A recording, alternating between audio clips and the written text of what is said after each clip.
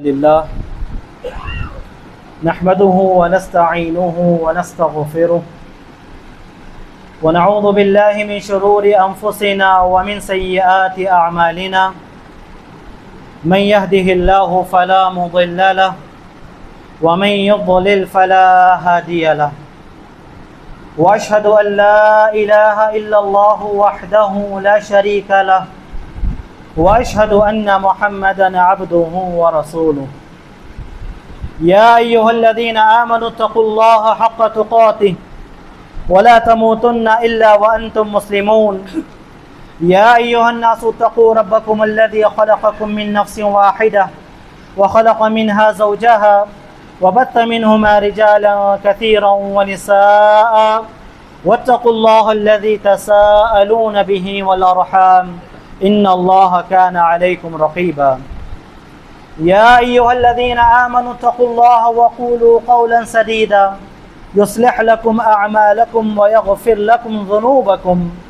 ومن يطع الله ورسوله فقد فاز فوزا عظيما أما بعد فإن خير الحديث كتاب الله وخير الهدي هدي محمد صلى الله عليه وسلم وشر الأمور محدثاتها وكل محدثة بدعة وكل بدعة ضلالة وكل ضلالة في النار أعوذ بالله السميع العليم من الشيطان الرجيم وسبح بحمد ربك قبل طلوع الشمس وقبل الغروب وعن عائشة رضي الله تعالى عنها قالت كان رسول الله صلى الله عليه وسلم یذکر اللہ علی کل احیانہ۔ حمد و ثنا کے تمام پاکیزہ کلمات بزرگی و برتری و کبریائی کے تمام برگزیدہ اوصاف صرف اور صرف اللہ وحدہ لا شریک کے لیے لائق اور زیبا ہے، جو تنہا اس ساری کائنات کا خالق، مالک، مدبر اور معبود حقیقی ہے۔ بے شک اللہ تعالیٰ جسے ہدایت دے، توفیق دے، اسے کوئی گمراہ کرنے والا نہیں، اور جسے اللہ رب العالمین اپنی ہدایت و توفیق سے محروم کر دے، پھر کائنات میں دوسرا کوئی اسے ہدایت دینے والا نہیں۔ درود و سلام و تمام انبیاء علیہم السلام پر، خصوصاً آخری نبی جناب محمد رسول اللہ صلی اللہ علیہ وسلم کے ذات گرامی پر، جنہیں اللہ رب العالمین نے سارے لوگوں کے لیے رہتی دنیا تک کے لیے رسول اور پیغمبر بنا کر بھیجا ہے۔ اللہم صلی علی محمد وعلی آل محمد وبارک وسلم۔ حاضرین جمعہ و پردہ نشین خواتین اسلام، خطبہ مسنونہ کے بعد سورہ قاف کی ایک آیت میں نے آپ کے سامنے تلاوت کی ہے۔ اللہ رب العالمین نے اس آیت میں نبی صلی اللہ علیہ وسلم کو حکم دیا اور فرمایا وَسَبِّحْ بِحَمْدِ رَبِّكَ قبل طلوع الشمس وقبل الغروب۔ اے نبی صلی اللہ علیہ وسلم، آپ اپنے رب کی تسبیح بیان کیجئے، پاکی بیان کیجئے، حمد کے ساتھ سورج کے طلوع ہونے سے پہلے اور اسی طرح سورج کے غروب ہونے سے پہلے۔ سورج کے طلوع ہونے سے پہلے، سن رائز سے پہلے، اسی طرح سورج کے غروب ہونے سے پہلے، سن سیٹ سے پہلے آپ اللہ تعالیٰ کی تسبیح بیان کیجئے، پاکی بیان کیجئے حمد کے ساتھ۔ چنانچہ اللہ کے رسول صلی اللہ علیہ وسلم کا یہ معمول تھا کہ آپ صلی اللہ علیہ وسلم فجر کے بعد اور اسی طرح نماز عصر کے بعد برابر اللہ رب العالمین کی تسبیح میں لگے رہتے، اللہ رب العالمین کے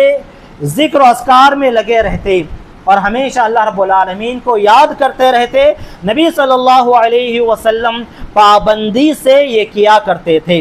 اسی کو ہم صبح شام کے اذکار کہتے ہیں، یعنی وہ اذکار، وہ دعائیں، وہ اوراد، وہ وظائف جو نبی صلی اللہ علیہ وسلم فجر کی نماز کے بعد سورج کے طلوع ہونے سے پہلے اور عصر کی نماز کے بعد سورج کے غروب ہونے سے پہلے پڑھا کرتے تھے، اور نبی صلی اللہ علیہ وسلم کا یہ معمول تھا۔ آپ صلی اللہ علیہ وسلم کا یہ ڈیلی روٹین تھا۔ کبھی نبی صلی اللہ علیہ وسلم اس چیز کو ناغہ نہیں کرتے، کبھی اس چیز سے نبی صلی اللہ علیہ وسلم غفلت نہیں برتتے۔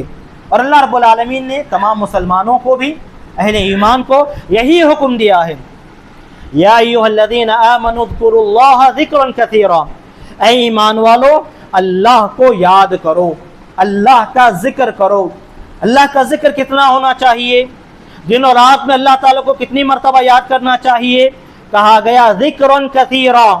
بہت زیادہ اللہ تعالیٰ کو یاد کرو،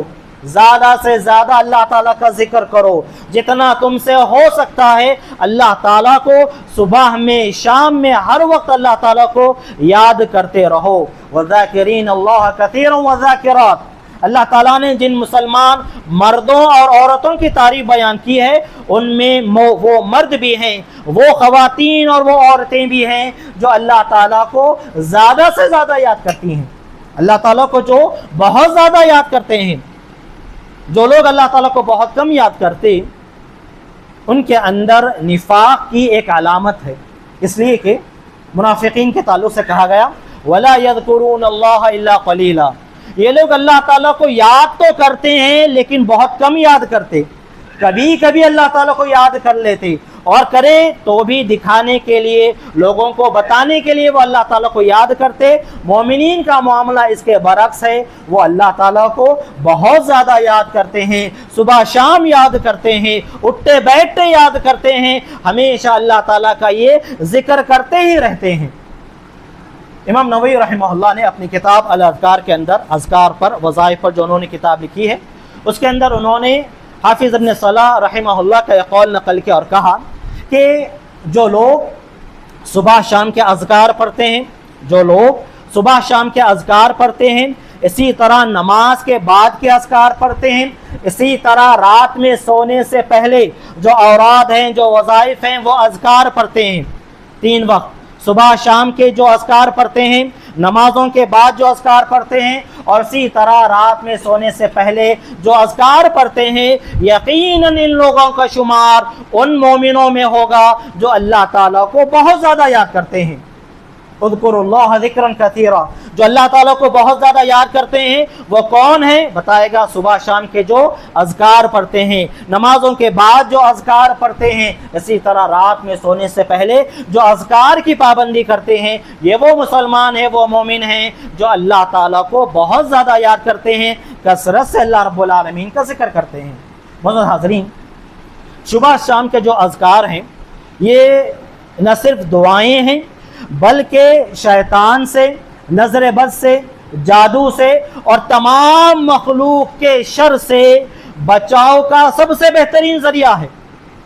ایک تو بندہ اللہ رب العالمین کی حفاظت میں آ جاتا ہے، اللہ رب العالمین کی سیکیورٹی میں آ جاتا ہے، اللہ رب العالمین اس کی حفاظت فرماتے ہیں، تمام مخلوق کے شر سے اللہ رب العالمین اس کی حفاظت فرماتے ہیں۔ وہیں یہ ساتھ ہی ساتھ دعائیں بھی ہیں کہ اللہ رب العالمین سے بندہ رات اور دن سارے خیر کو طلب کرتا ہے اور ہر شر سے اللہ تعالیٰ کی گویا کہ وہ پناہ طلب کرتا ہے۔ میں کوشش کرتا ہوں کہ چند اوراد و وظائف جو نبی صلی اللہ علیہ وسلم صبح شام پابندی سے پڑھا کرتے تھے، ان کی کچھ فضیلتیں آپ کے سامنے میں بیان کروں، اور ذکر و اذکار کے کارڈز الحمدللہ آئے ہوئے ہیں، آپ جاتے ہوئے انہیں حاصل کرتے جائیں، اور اس کے اندر جو تمام اوراد، جو تمام اذکار موجود ہیں ان کی آپ پابندی کرنے کی کوشش کریں۔ اللہ تعالیٰ سے دعا ہے کہ اللہ رب العالمین مجھ کہنے والے کو اور تمام سننے والوں کو صبح شام کے اذکار کی پابندی کرنے کی نیک توفیق عطا فرمائے، آمین۔ نبی صلی اللہ علیہ وسلم کا معمول تھا کہ آپ صلی اللہ علیہ وسلم صبح اور شام کے اذکار میں سید الاستغفار کو پڑھا کرتے تھے۔ سید الاستغفار، اللہ رب العالمین کی مغفرت طلب کرنا، اللہ رب العالمین کی بخشش طلب کرنا، اللہ تعالیٰ سے اپنے گناہوں کی معافی مانگنے کے جتنے کلمات ہو سکتے ہیں، جتنے اوراد ہو سکتے ہیں، جتنی معافیاں ہو سکتی ہیں، یہ ان کا سردار ہے، یہ بہترین کلمات ہیں، اور اس کی فضیلت بھی آئی ہے۔ اللہم انت ربی لا الہ الا انت خلقتنی انا عبدک وانا علی عہدک ووعدک ما استطعت اعوذ بک من شر ما صنعت ابوء لک بنعمتک علی وابوء بذنبی فاغفر لی فانہ لا یغفر الذنوب الا انت۔ دعا کا اگر معنی و مطلب بتانے اگر ہم جائیں تو وقت بہت زیادہ لگ جائے گا. مختصراً یہ کہ بندہ سب سے پہلے اللہ کی توحید کا اعتراف کر رہا ہے. اور یہ تمام اذکار کے اندر آپ دیکھیں گے اللہ تعالیٰ کی توحید کا ہر لمحہ بندہ اقرار کرتا ہے اے اللہ تیری سوا کوئی معبود برحق نہیں، اے اللہ ہماری تمام عبادتوں کا حقدار صرف اور صرف تو ہی ہے، ہماری دعاؤں کا، ہماری مناجات کا، ذبح کرنے کا، ذبیحے کا، تمام چیزوں کا، ہماری تمام عبادتوں کا، نظر و نیاز کا حقدار اے اللہ صرف تو ہی ہے. تمام اذکار کے اندر آپ یہ خوبی دیکھیں گے جو لوگ صبح و شام ان اذکار کو پڑھتے ہیں، پابندی سے پڑھتے ہیں اور سمجھ کر پڑھتے ہیں، وہ یقیناً شرک سے محفوظ رہیں گے. وہ یقیناً شرک سے محفوظ رہیں گے، اس لیے کہ اس کے اندر توحید کا درس ہے. اللہم انت ربی، پروردگار تو ہی میرا رب ہے، لا الہ الا انت، تیری سوا کوئی معبود برحق نہیں، تو ہی ہماری ساری عبادتوں کا لائق ہے. خلقتنی، تو ہی نے مجھے پیدا کیا ہے، اے اللہ تو ہی نے مجھے پیدا کیا ہے، زندگی اور موت تیرے ہی ہاتھ میں ہے. انا علی وعدک ووعدک ما استطعت، اے میرے پروردگار میں اپنے عہد و پیمان پر، تجھ سے جو میں نے عہد و پیمان کیا ہے اس پر میں حتی الامکان کوشش کرتا ہوں کہ میں اس کی پابندی کروں. بندہ اعتراف کر رہا ہے کہ جو عہد، جو وعدہ ہم نے اللہ رب العالمین سے کیا ہے، جو عہد، جو وعدہ ہم نے اللہ تعالیٰ سے کیا ہے، اس وعدے پر ہم ہماری استطاعت کے مطابق رہنے کی اے اللہ میں کوشش کرنے والا ہوں. اور یہی بندہ اعتراف کر سکتا ہے جیسے اللہ رب العالمین کو چاہیے، جیسے اللہ رب العالمین کو پابندی چاہیے ویسی پابندی کما حقہ ہم نہیں کر سکتے. ہاں ہمارے پاس جو جتنی استطاعت ہے ہم اتنا اللہ رب العالمین کے وعدوں پر کھرے اتر سکتے ہیں. یا ایھا الذین آمنوا اتقوا اللہ حق تقاتہ، اے ایمان والو اللہ تعالیٰ سے ڈرو. کیسے ڈرنا؟ جیسے اللہ تعالیٰ سے ڈرنے کا حق ہے. صحابہ کرام پریشان ہو گئے اور کہا اللہ تعالیٰ سے جیسے ڈرنا ہے ویسے تو کوئی نہیں ڈر سکتا، اتنی پابندی تو ہم نہیں کر سکتے. چنانچہ اللہ تعالیٰ نے آیت نازل فرمائی اور کہا فاتقوا اللہ ما استطعتم، جتنا تم اللہ تعالیٰ سے ڈر سکتے ہو اتنا تمہیں ڈرنا چاہیے. تو بندہ اعتراف کر رہا ہے پروردگار میری استطاعت کے مطابق جتنا میں کر سکتا ہوں میں تیرے وعدے پر کھرا اترنے کی کوشش کرتا ہوں. ساتھ ہی ساتھ نعمتوں کا اعتراف ہے اور گناہوں کا اقرار ہے. ابوء لک بنعمتک علی، یا اس سے پہلے بندہ دعا کر رہا ہے اعوذ بک من شر ما صنعت، جو بھی میرے کام ہو رہے ہیں، جو بھی میری حرکتیں ہیں ان کے شر سے اے اللہ میں تیری پناہ چاہتا ہوں. اگر اللہ رب العالمین ہماری حرکتوں پر پکڑنے لگ جائے تو ہم میں سے کوئی زندہ باقی نہ رہے. اگر اللہ رب العالمین ہماری حرکتوں پر فوراً گرفت کرنے لگ جائے تو ہم میں سے کوئی زندہ باقی نہ رہے. لہٰذا بندہ دعا کر رہا ہے اور کہہ رہا ہے پروردگار جو بھی میری حرکتیں ہیں، جو بھی میرے اعمال ہیں، میں ان کے شر سے میں تیرے پناہ چاہتا ہوں، ان کے بدلے میں یا ان کی سزا اے اللہ تو مجھے نہ دے. اس کے بعد اعتراف ہے نعمتوں کا. ابوء لک بنعمتک علی، اے اللہ جو تیری نعمتیں ہیں میں اس کا اعتراف کرتا ہوں، مجھ پر تیرے انعامات ہیں میں اس کا اعتراف کرتا ہوں، اور میں اس بات کا بھی اعتراف کرتا ہوں وابوء لک بذنبی فاغفر لی، اپنے گناہوں کا بھی میں اعتراف کرتا ہوں. میں اس بات کا اعتراف کرتا ہوں کہ جتنی نعمتیں تو مجھے دے رہا ہے کما حق ہو شکر گزاری نہیں ہو پا رہی ہے، الٹا میں تیری نافرمانی میں ملوث ہو جا رہا ہوں، شیطان کے بہکاوے میں آ جاتا ہوں، نفس کے بہکاوے میں آ جاتا ہوں اور میں ایسے کام کر بیٹھتا ہوں جو مجھے نہیں کرنا چاہیے. پروردگار تیری نعمتوں کا بھی اعتراف ہے اور اپنے گناہوں کا بھی مجھے اقرار ہے، لہذا فاغفر لی، مجھے معاف فرما دے. فإنہ لا یغفر الذنوب الا انت، اس لیے کہ گناہوں کو بخشنے والا تیرے علاوہ کوئی نہیں. گناہوں کو بخشنا تیرے علاوہ کوئی کر ہی نہیں سکتا. گناہوں کی معافی صرف اور صرف اللہ رب العالمین ہی دیتے ہیں. تو لہٰذا اس سید الاستغفار کے اندر جہاں پر بندہ اللہ تعالیٰ سے معافی طلب کر رہا ہے وہیں پر توحید کا اقرار ہے، نعمتوں کا اقرار ہے، جو ہم سے جو گناہ سرزد ہو رہے ہیں ان پر گرفت نہ کرنے کا بھی بندہ گویا کہ اللہ رب العالمین سے دعا کر رہا ہے. یہ دعا بڑی جامع دعا ہے، سید الاستغفار ہے. تمام استغفار کے جو کلمات ہیں یہ ان کا سردار ہے. نبی صلی اللہ علیہ وسلم نے فرمایا، صحیح بخاری کی حدیث ہے، من قالها من اليوم یا من قالها من النهار موقنا بها، جو کہیں بندہ یقین کے ساتھ، شعور کے ساتھ، اس کے معنی و مطلب کو سمجھتے ہوئے جو بندہ دن میں کہتا ہے فمات من یومہ، اور وہ اس دن مر گیا، دخل الجنہ فہوا من اہل الجنہ، تو وہ جنتیوں میں سے ہے، اس کا شمار جنتیوں میں سے ہوگا۔ جنت میں داخل ہونا اور جہنم سے بچا لیا جانا، یہ ہماری زندگی کا مقصد ہے، یہ ہمارا مطمع نظر ہے، اور ہم تمام کی زندگیوں کا یہی مقصد ہے کہ اللہ ہم سے راضی ہو جائے، ہمیں جنت میں داخل کر دے، ہمیں جہنم سے بچا دے۔ تو یہاں پر نبی صلی اللہ علیہ وسلم فرما رہے ہیں، جو بندہ شعور کے ساتھ معنی و مطلب کو سمجھتے ہوئے اور یقین کے ساتھ، اسے یقین ہونا چاہیے اپنی دعا پر، ایسی دعا اللہ رب العالمین کے نزدیک قابل قبول نہیں ہوگی جو غافل دل سے کی جاتی ہے۔ بندہ بس ہاتھ اٹھا کر ہے اور کیا مانگ رہا ہے، کیا پوچھ رہا ہے، اسے خود معلوم نہیں، اسے خود پتہ نہیں،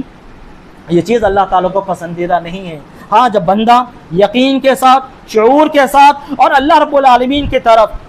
التجا کرتے ہوئے، اپنی عاجزی کو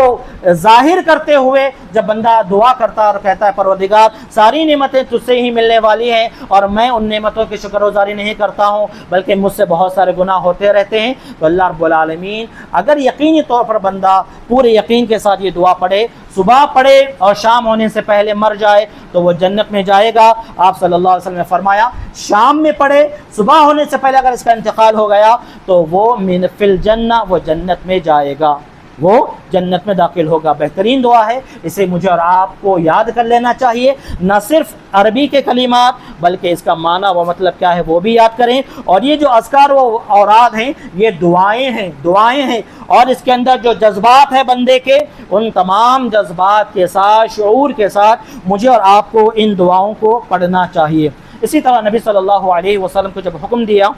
کہ تسبیح بیان کیجیے اللہ تعالیٰ کی حمد کے ساتھ صبح اور شام، تو آپ صلی اللہ علیہ وسلم سبحان اللہ و بحمدہ، سبحان اللہ و بحمدہ 100 مرتبہ نبی صلی اللہ علیہ وسلم اس ذکر کو پڑھا کرتے تھے۔ صبح میں 100 مرتبہ پڑھتے، شام میں 100 مرتبہ نبی صلی اللہ علیہ وسلم پڑھتے، اور اس ذکر کے بہت سارے فضیلتیں آئی ہیں۔ ایک فضیلت جو نبی صلی اللہ علیہ وسلم نے بیان کی ہے وہ یہ کہ جو کوئی صبح میں 100 مرتبہ سبحان اللہ و بحمدہ پڑھتا ہے، شام میں 100 مرتبہ سبحان اللہ و بحمدہ پڑھتا ہے، لم یأتی احد یوم القیامت بافضل مما جاء بہ، قیامت کے دن کوئی شخص اس سے زیادہ نیکیاں لے کر نہیں آ سکتا۔ سبحان اللہ، قیامت کے دن کوئی شخص اس آدمی سے زیادہ نیکیاں لے کر نہیں آ سکتا۔ ہاں، وہ آدمی اس سے زیادہ نیکیاں لے کر آ سکتا ہے جو اس کے برابر پڑھا ہو یا اس سے زیادہ پڑھا ہو، جو اس کے برابر یعنی 100 مرتبہ پڑھا ہے یا اس سے زیادہ جس نے اللہ تعالیٰ کو یاد کیا ہے، ذکر کیا ہے، ہو سکتا ہے وہ نیکیوں میں بڑھ جائے، ورنہ دوسرے لوگ نیکیوں میں اس آدمی سے آگے نہیں بڑھ سکتے ہیں۔ اسی طرح معزز حاضرین، مخلوق کے شر سے پناہ مانگنے کی نبی صلی اللہ علیہ وسلم نے ہمیں تعلیم دی ہے۔ ہر مخلوق کے شر سے ہمیں جو ہے پناہ مانگنا چاہیے۔ حضرت عثمان بن عفان رضی اللہ تعالیٰ عنہ بیان فرماتے ہیں، ان کے بیٹے حضرت ابان، ان کے بیٹے کا نام حضرت ابان، وہ کہتے ہیں کہ میں نے اپنے والد کو سنا، والد نے یہ مجھے دعا سکھائی اور کہا کہ جو کوئی شخص بسم اللہ الذی لا یضر مع اسمہ شیء فی الارض ولا فی السماء وہو السمیع العلیم، جو کوئی شخص اس دعا کو پڑھتا ہے، صبح میں 3 مرتبہ پڑھتا ہے یا شام میں 3 مرتبہ پڑھتا ہے، لم تصبہ فجعۃ بلا، ابو داؤد کی حدیث ہے، لم تصبہ فجعۃ بلا، اچانک مصیبت اس پر آ ہی نہیں سکتی۔ دوسرے حدیث کے اندر بتایا گیا لم یضرہ شیء، اسے کوئی چیز تکلیف نہیں دے سکتی، کوئی اسے نقصان نہیں ہوگا، کوئی چیز اسے نقصان نہیں پہنچا سکتی۔ یہ جو حضرت عثمان رضی اللہ عنہ کے بیٹے تھے ابان، ان کا ہاتھ یا ان کے جسم کا کچھ حصہ فالش مار گیا تھا، کچھ حصے پر جو ہے فالش کا اٹیک ہو گیا تھا، تو جس کو یہ فضیلت بیان کر رہے تو وہ شخص جو ہے تعجب سے انہیں دیکھ رہا ہے۔ مطلب یہ کہ کیا اس دعا کا آپ ہی اہتمام نہیں کرے گا، یہ آپ کی حالت ہو گئی، آپ کو فالش کا اٹیک ہو گیا؟ تو انہوں نے کہا کہ اس طرح مجھے نہ دیکھو، اللہ کے رسول صلی اللہ علیہ وسلم نے جو بات بتائی ہے وہ برحق ہے، یقیناً وہ دعا، اس دعا کا وہ اثر ہے، لیکن جس دن مجھ پر یہ فالش کا اٹیک آیا اس دن میں یہ دعا پڑھنا بھول گیا، غصے میں آ گیا تھا، پریشانی کا عالم تھا، غصے میں آ گیا اور میں یہ دعا پڑھنا بھول گیا یا ذکر کرنا بھول گیا، اسی دن مجھے یہ فالش کا اٹیک آیا۔ اللہ اکبر. تو یہ ذکر و اذکار ایک سبب ہے ہم اللہ رب العالمین کے حفاظت ان کے ذریعے سے طلب کر رہے ہیں. جو اسباب ہم اپناتے ہیں اپنی زندگی کو بہتر بنانے کے لیے اور شر سے، برائیوں سے، شر سے، نقصان سے بچنے کے لیے جو ہم اسباب اپناتے ہیں، ان اسباب میں یہ اوراد و وظائف، یہ ذکر، یہ دعائیں بہت ہی بہترین ہمارے لیے کام آنے والی ہیں. اسی طرح حضرت ابو ہریرہ رضی اللہ عنہ بیان فرماتے ہیں ایک شخص نبی صلی اللہ علیہ وسلم کی خدمت میں حاضر ہوا اور کہا اللہ کے رسول صلی اللہ علیہ وسلم کل رات میں مجھے بچھو نے کاٹ لیا، رات میں مجھے بچھو نے ڈنک مار دیا. آپ صلی اللہ علیہ وسلم نے فرمایا اگر تم یہ دعا پڑھتے لم تضرک شیء، تو کوئی چیز تمہیں نقصان نہیں پہنچاتی. وہ کون سی دعا ہے؟ اعوذ بکلمات اللہ التامہ من شر ما خلق، اعوذ بکلمات اللہ التامات من کل ما شرک، یعنی اللہ رب العالمین کی تمام مخلوق سے، اللہ رب العالمین کے بہترین کلمات کے ذریعے سے ہم اللہ رب العالمین کی پناہ میں آ رہے ہیں، اللہ رب العالمین کے ہم جو ہے حفاظت میں آ رہے ہیں. اسی طرح آیت الکرسی معروف ہے. آیت الکرسی کی جو بہت سارے فضیلتیں ہیں، ایک فضیلت تو یہ ہے نماز کے بعد جو آیت الکرسی کو ہمیشہ پڑھے گا اس کے اور جنت کے درمیان سوائے موت کے کوئی چیز حائل ہونے والی نہیں ہے. یہاں اس کی وفات ہوئی، وہاں وہ جنت کا مستحق ٹھہرا اگر وہ ہر نماز کے بعد آیت الکرسی کا اہتمام کرتا ہے. ایک اور فضیلت جو حضرت ابو ہریرہ رضی اللہ عنہ کی حدیث ہے مشہور و معروف کہ اگر کوئی شخص رات میں سونے سے پہلے آیت الکرسی پڑھ لیتا ہے تو اللہ تعالیٰ اس کی حفاظت فرماتے ہیں اور اس کے ساز و سامان کی، اس کے گھر کی اللہ رب العالمین حفاظت فرماتے ہیں. اسی طرح کی ایک حدیث ہمیں ملتی ہے، صحیح ابن حبان کی حدیث ہے، راوی ابی بن کعب رضی اللہ تعالیٰ عنہ ہیں. وہ فرماتے ہیں کہ ہمارے پاس کھجور رکھنے کا ایک جو ہے گوداؤن تھا، اس گودام میں ہم جو ہے کھجور وغیرہ جو ہے رکھا کرتے تھے. میں دیکھ رہا تھا کہ ہر دن کھجوریں کم ہو رہی ہیں، ہر دن کھجوریں کم ہو رہی ہے. آخر میں نے پتہ کرنے کی کوشش کی اور کہا کہ آج ایک دن پوری رات میں پہرا دوں گا. لہٰذا جب وہ پہرا دے رہے تھے ایک نوجوان کو دیکھا جو آ رہا تھا اور کھجوریں اٹھا کر جو ہے لے جا رہا تھا. انہوں نے اسے روک لیا اور کہا کہ تم انسانوں میں سے ہو یا جنات میں سے ہو، تم انسان ہو یا جن ہو؟ اس نے فوراً اعتراف کیا اور کہا کہ میں جن ہوں. صحیح ابن حبان کی حسن درجے کی حدیث ہے. اس نے جواب دیا اور کہا کہ میں جن ہوں. انہوں نے کہا کہ تمہارا ہاتھ تو بتاؤ. اس نے ہاتھ اٹھایا تو وہ اس شخص کا جو ہاتھ تھا اس نوجوان کا وہ کتے کی شکل کا تھا اور اس پر جو ہے بہت زیادہ بال بھی موجود تھے. تو انہوں نے کہا کہ تم ایسا کیوں لے جا رہے ہو؟ اس نے کہا کہ آپ صدقہ و خیرات کرتے ہی ہیں، آپ بہت زیادہ صدقہ و خیرات کرتے ہیں، تو لہٰذا ہم نے بھی سوچا چلو بھائی آدمی صدقہ و خیرات کر ہی رہا ہے لہٰذا اس کے مال میں سے ہم اٹھا کر لے جائیں گے. تو انہوں نے اس سے پوچھا آخر کون سی چیز ہے جو ہمیں تم سے بچا سکتی ہے جنات کے شر سے حفاظت کے لیے؟ آخر وہ کون سی چیز ہے جسے ہمیں اختیار کرنا چاہیے؟ تو اس نے کہا آیت الکرسی. آیت الکرسی پڑھیے، صبح پڑھیں گے شام تک حفاظت ہوگی، شام میں پڑھیں گے صبح تک اللہ رب العالمین کی حفاظت میں رہیں گے، جنات انہیں نقصان نہیں پہنچا سکیں گے. یہ واقعہ انہوں نے نبی صلی اللہ علیہ وسلم کے سامنے بیان فرمایا تو آپ صلی اللہ علیہ وسلم نے اس کی تصدیق کی اور کہا صدق الخبیث. وہ تھا تو جو ہے بڑا شیطان اور بڑا خبیث، لیکن اس نے جو بات بتائی ہے وہ صحیح بتائی ہے. تو نبی صلی اللہ علیہ وسلم نے اس بات کی تصدیق کی اور کہا کہ صبح میں اگر آیت الکرسی پڑھ لیا جائے شام تک حفاظت ہوگی، شام میں آیت الکرسی پڑھ لی جائے تو پھر صبح تک جو ہے بندہ اللہ رب العالمین کی حفاظت میں رہے گا. اسی طرح معزز حاضرین، لا الہ الا اللہ وحدہ لا شریک لہ لہ الملک ولہ الحمد وہو علی کل شیء قدیر. یہ ذکر صبح اور شام ہم ایک مرتبہ بھی پڑھ سکتے ہیں، 10 مرتبہ بھی پڑھنے کی احادیث آئی ہے، 100 مرتبہ پڑھنے کی بھی احادیث آئی ہیں. 100 مرتبہ جو پڑھنے والی جو حدیث ہے اس کے اندر 5 الگ الگ فوائد اس کے بتائے گئے ہیں. پہلا فائدہ یہ بتایا گیا کہ جو کوئی صبح میں یا شام میں 100 مرتبہ لا الہ الا اللہ وحدہ لا شریک لہ لہ الملک ولہ الحمد وہو علی کل شیء قدیر پڑھے گا تو اسے 5 نعمتیں، 5 فائدے ملیں گے. پہلا فائدہ یہ بتایا گیا کہ 10 غلاموں کو آزاد کرنے کا اجر و ثواب ہے. 10 غلاموں کو آزاد کرنے کا اجر و ثواب،